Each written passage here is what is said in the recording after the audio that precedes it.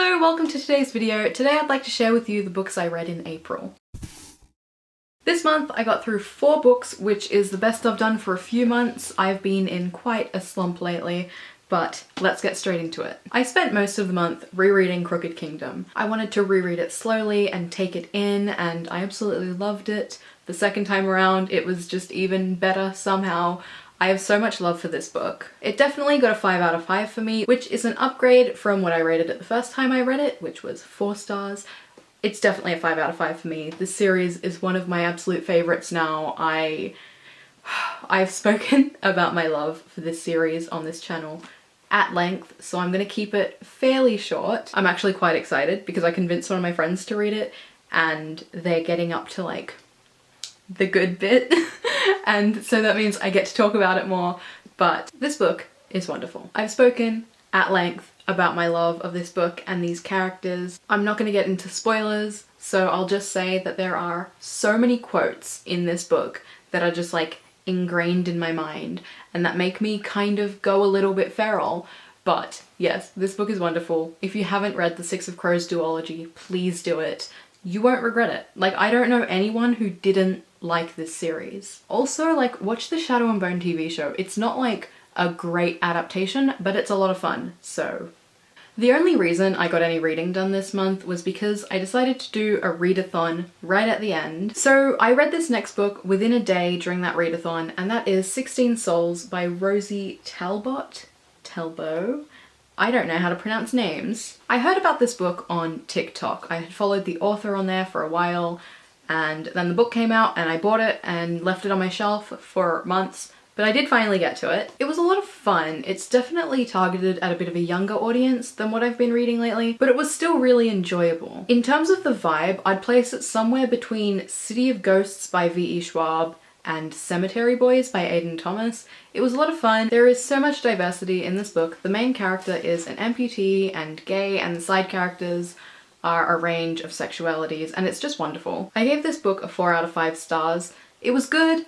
If I read it a few years ago, I would have, I think, maybe made it my entire personality, but yeah, I really recommend it. The next book I read is actually a graphic novel, and that is Demon in the Wood by Leigh Bardugo and Danny Pendergast. This was a super quick read, as graphic novels often are, but it was actually like really good. I was a little bit hesitant going into it because I don't care very much about the Darkling, but it was a good piece of like lore. As a fan of the Grishaverse, it is nice to like fill in some of that backstory. I absolutely love the animation style. There's something about it that just feels so like good. The last page is maybe my favorite. It's just like, I don't even know how to explain it. It's just beautiful, but I don't want to show it because spoilers. But yeah, this was wonderful. I really recommend this if you liked Shadow and Bone or any of the Grishaverse, really. It's a good bit of fun. It's a graphic novel. It's an easy and quick read, but also super beautiful and cool.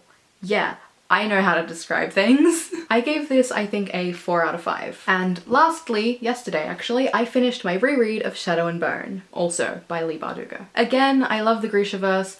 I'm not the biggest fan of the Shadow and Bone series. It's fine, it's good, but I definitely read it too quickly when I first read it. That was years ago at this point. I don't know when exactly. It might have been towards the start of lockdown, but I honestly can't remember. I'm rereading this series because I don't remember like anything from the second 2 books.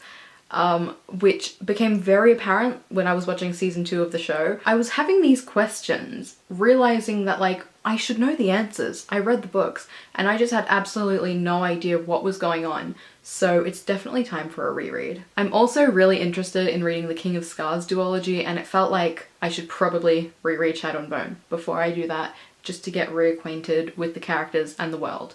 So yeah, I gave Shadow and Bone, I think, a 4 out of 5 stars. 4 out of 5 is my like general rating. If I had a good time with something, even if it wasn't quite my taste, but it didn't do anything like bad necessarily, it's probably gonna get a 4 stars. So that's what I read this month. I really thought it was gonna be another month of having like one read maybe, but that readathon really came through. I'm really happy with the amount that I read, I'm hoping to get more on track and catch up to my reading goal because I'm currently, I think, 4 books behind that. But right now, what's really important to me with reading is staying engaged in what I'm reading. Not reading for the sake of having said I read a book, but for actually enjoying the book and taking it in and like experiencing the book for what it is. I think it's really easy to get caught up in like the number of things you're reading, especially with like BookTok and the people who are reading 200 books a year. I do not understand how they do it, but I found myself falling into this trap of trying to read as much as I could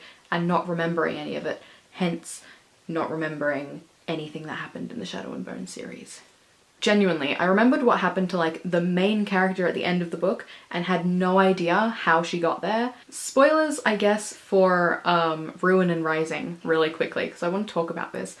I completely forgot anything about the Firebird. I remembered the journey to get the Sea Whip, and I couldn't remember at all any kind of journey to find the Firebird. So I was watching the show and realizing like I don't remember them finding it, and then I was thinking like, did someone else like bring it to her? Was there some like kind of coincidence that got it? Because I knew she had all 3 amplifiers to win, and I was very confused. And then like right before it happened in the show, I like realized and remembered, and like the fact that I didn't remember that after reading the book goes to show just how little focus I had when I was reading that book for the first time. So yeah, my goal is to just focus on what I'm reading, actually absorb it, sit with the feelings, sit with the thoughts, and just like have a good time. I love story, and I don't want my reading experience to be like sullied by the idea that I have to be reading a lot. But yeah, that's just me. I had a great time reading this month. I love what I read. Hopefully next month I'm able to read more consistently throughout the month rather than dedicating a few days to reading as much as possible. But that's all I've got for you today. If you enjoyed this video, you can give it a thumbs up. But yeah, Bagra's a MILF. Can I say that? To then read the... So I can then read The King of Stars. I'm rereading this series, so I've